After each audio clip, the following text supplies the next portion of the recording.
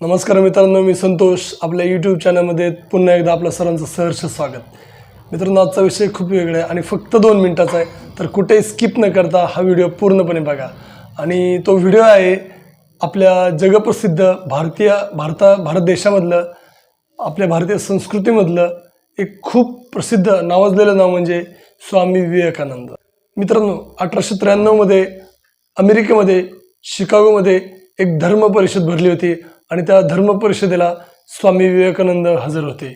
मित्रांनो, त्या परिषदेमध्ये तब्बल 3000 समिती होत्या आणि भारताच्या वाटेला त्यातली एक समिती आली आणि त्या समितीमध्ये स्वामी विवेकानंद यांना प्रश्न विचारले गेले की श्रम, संपत्ती, दारिद्र्य, शिक्षण आणि व्यसनमुक्ती याबाबत तुम्हा भारतीयांचा धर्म काय सुचवितो.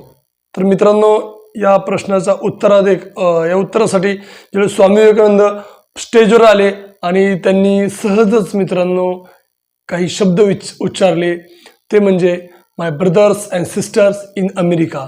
मित्रांनो, या शब्दानंतर अक्षरशः तेथील जनतेच्या अंगातून वीज सळसळून गेल्यासारखा त्यांना फील आला आणि तब्बल टाळ्यांचा कडकडाट हा तब्बल 2 मिनिटे चालला. मित्रांनो, त्याच्यानंतर स्वामी विवेकानंद 5 मिनिटं बोलले आणि या 5 मिनिटांमध्ये त्यांनी असं सांगितलं की धर्म, जात, त्याच्यानंतर संप्रदाय, पंथ या अभिमानापोटी बरेच देश, संस्कृत्या ऱ्हास पावलेल्या आहेत. अनेक राष्ट्र रक्ताने न्हावून निघालेले आहेत आणि त्यांच्यावर दारिद्र्याची वेळ ओढावलेली आहे. मित्रांनो, प्रत्येक वाक्यात गणित टाळ्या पडत होत्या आणि ज्यावेळेस त्यांचं भाषण संपलं त्याच्यानंतर सुद्धा तब्बल 2 मिनिटं टाळ्यांचा कडकडाट सुरू झाला.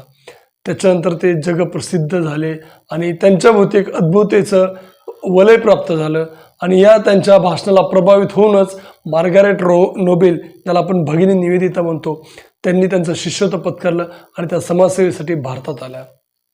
अशी जगप्रसिद्ध व्यक्तिमत्व आपल्या भारतात आहेत, आपल्या भारताच्या इतिहासात, संस्कृतीमध्ये आहेत. पण दुर्दैव असं की आम्ही आमची भारतीय संस्कृती, इतिहास विसरत चाललेलो आहोत आणि आम्हाला स्वामी विवेकानंद, त्याच्यानंतर अजून असे विचारवंत यांच्यापेक्षा आम्हाला आवडतं कोण? सिकंदर, नेपोलियन. आम्ही त्यांची पुस्तकं वाचतो, सिकंदर, नेपोलियन, आणि म्हणतो खूप भारी, खूप भारी राजे. असं काही नाही आहे. त्यांच्यापेक्षा उत्कृष्ट व्यक्तिमत्व आपल्या भारत देशात आहे. धन्यवाद. व्हिडिओ आवडला लाईक करा, शेअर करा, सबस्क्राईब करा आणि कमेंट्स करा. म्हणजे मला सांगा की व्हिडिओ कसा वाटला, आवडला, नसेल आवडला तरी सांगा.